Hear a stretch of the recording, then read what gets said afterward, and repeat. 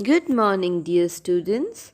As you all know that we have already started with the revision of chapter number 1, living and non-living things, and we have already revised certain characteristics.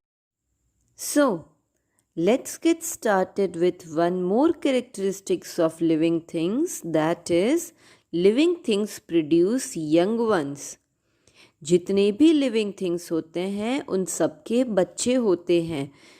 See, now the process of producing young ones may be different from animals to animals.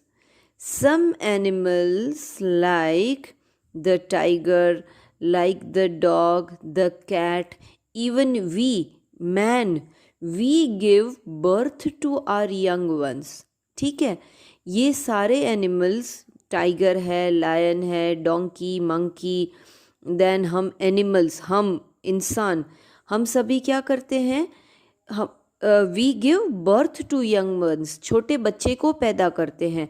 Where as birds, may it be a peacock, may it be a parrot, may it be a sparrow, whatever birds you name, may it be penguin, जो कोई भी birds हो, they all lay eggs.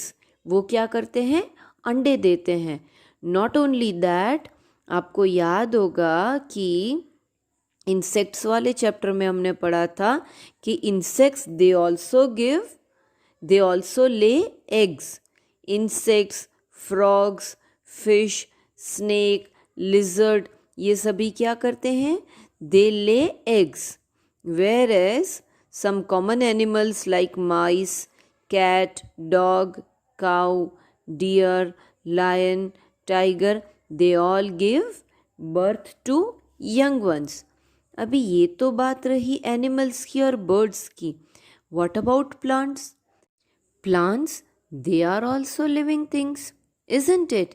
And many kind of plant produce fruits. आपने देखा होगा ना, mango का fruit होता है, पपैया भी एक फ्रूट है, orange, banana, these all are fruits. Watermelon, okay, so these all are fruits.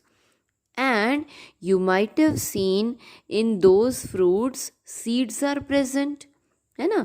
So if you so the seeds, अगर सीड्स को मिट्टी में डाल दोगे तो उसमें से न्यू प्लांट उगेगा. सी, आपने मॉनसून सीज़न में तो देखा ही होगा कि आप अपने वेजिटेबल्स में अगर कोई सीड पड़ा होगा और अगर आप उसे मिट्टी में डालोगे तो उसमें से प्लांट ग्रो करने लगेंगे. But non living things, they do not produce new things, है ना. अगर ये बुक पढ़ी है तो 10 साल के बाद भी ये बुक वैसी की वैसी ही होगी, उसकी डबल नहीं हो जाएगी. Okay, so there is one in class activity. अगर आपने पहले आप करना भूल गए हो तो एक बार नोट कर लेना फिर से, which is on page number 6, that birds lay dash from which chicks hatch. तो बर्ड्स क्या देते हैं, एग्स देते हैं, उसमें से क्या निकलते हैं, chicks. A new mango plant can grow from a mango seed. Mango का अंदर का जो सीड होता है उसमें से दूसरा प्लांट उग जाएगा. ठीक है. Another characteristic is living things give out waste products. देखो, in our one of the chapters जिसमें हमने डाइजेस्टिव सिस्टम के बारे में पढ़ा था, तो उसमें मैंने आपको बताया था दैट जितना भी अनडाइजेस्टेड वेस्ट मटेरियल होता है that is removed out of our body. Why? Because that is very much harmful to us and that is the reason उसे हम बॉडी में से कचरे को बाहर निकाल देते हैं.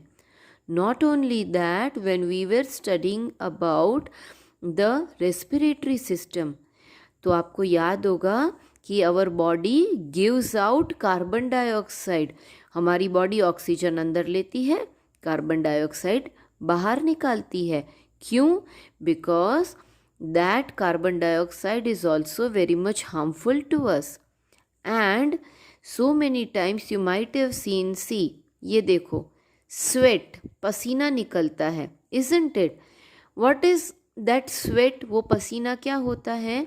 इन दिस स्वेट, इस पसीने में बहुत सारा ऐसा कचरा होता है जो हमारी बॉडी के लिए हार्मफुल होता है, तो उसकी हमारी बॉडी को ज़रूरत नहीं होती, तो उसे हम निकाल देते हैं। Okay, this characteristic is not present in the non living thing. ठीक है, now see this, living things respond to stimuli. Stimulus क्या होता है? Anything that causes a response in a living thing. अच्छा, अभी रिस्पॉन्स क्या होता है? अगर हमारे साथ कुछ भी होता है तो से फॉर एग्ज़ाम्पल अचानक से हमारे सामने अगर स्नेक आ जाए तो आप क्या करोगे? हम वहाँ से भागने की कोशिश करेंगे। ओके, सो हमने भागा, दैट इज़ कॉल्ड रिस्पॉन्स। और हम क्या देख के भाग रहे हैं? सांप को देख के। तो सांप क्या है? Stimulus. Stimulus is anything which leads to change in our body movement. ठीक है, हमारे एक्सप्रेशन में, हमारे बॉडी में चेंज लाने की जो कोई भी कोशिश करते हैं उसे स्टिमुलस बोलते हैं, और उस चीज़ को देख के हमारा जो रिएक्शन होता है उसे बोलते हैं response. Now see, if there is sugar cube lying somewhere on the floor, तो आपने देखा होगा कि चींटियाँ तुरंत वहाँ पर आ जाएंगी। Why? Because this sugar cube is a stimulus and movement of the ant towards that sugar, that is called the response। ठीक है, सो ऐसी हमारी लाइफ में बहुत सारी चीज़ें होती हैं। अगर गर्मा गर्म मम्मी इस्त्री रखती है तो कैसे हम फट से हाथ ले लेते हैं? Why? Because that hot iron is the stimulus and we withdraw our hand, वहाँ से हम अपना हाथ दूर हटा लेते हैं, that is called response. But non living things, they do not respond to stimuli. And the last characteristic of living thing is it have a lifespan. All the living things, they live for one particular period.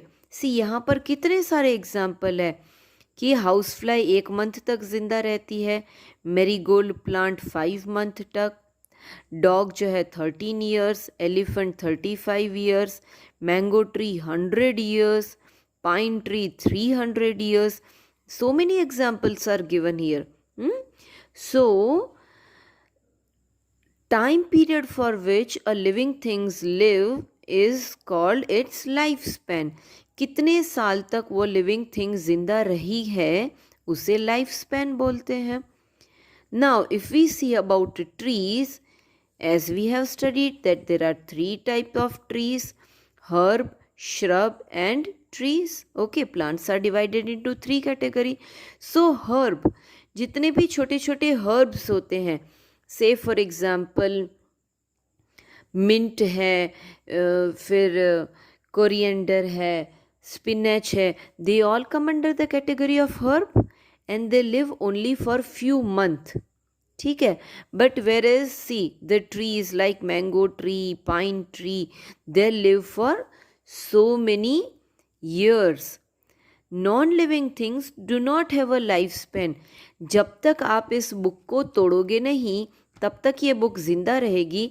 अगर आप इस book को तोड़ के, फाड़ के, जला दोगे, ये मर जाएगी. Okay, but since this book is a non living thing, इसका कोई फिक्स्ड लाइफ स्पैन नहीं होता, and same is the case with the other non living things. Okay.